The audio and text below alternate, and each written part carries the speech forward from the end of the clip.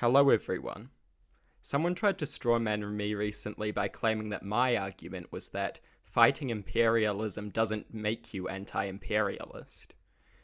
This was a strawman designed to mock and make fun of my argument. The thing with this, however, is that I think it is true.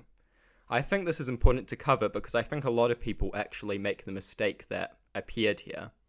So the claim is that it's a bad argument and that it's very silly to say fighting imperialism doesn't make you anti-imperialist. However, the thing with this is, while this might seem to make sense to a lot of people as a claim, I think that it's actually true that fighting imperialism doesn't make you anti-imperialist.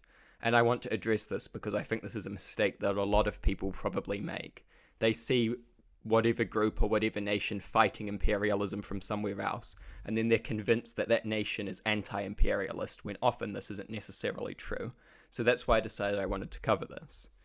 You see, you have to understand that fighting imperialism and being anti-imperialist are not the same.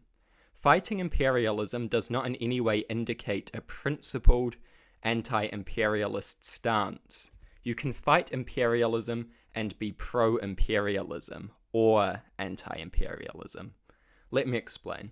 Any imperialist will fight imperialism that is inconvenient and detrimental to their interests.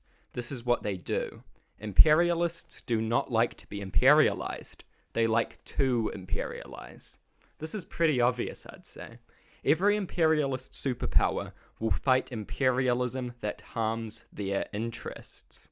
This strawman is a failure. You can fight imperialism and have a principled stance against imperialism, or you can fight imperialism because it is against your interests and then do imperialism as soon as it aligns with your interests, you see? Both of these things can happen.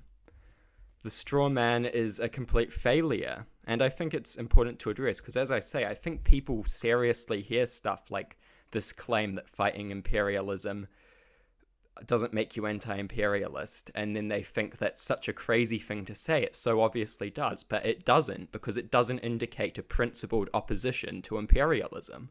Sometimes it might, but generally we're going to need a lot more information to be able to tell if that's the case. So anyway, that's that particular thing addressed. I hope you enjoyed it.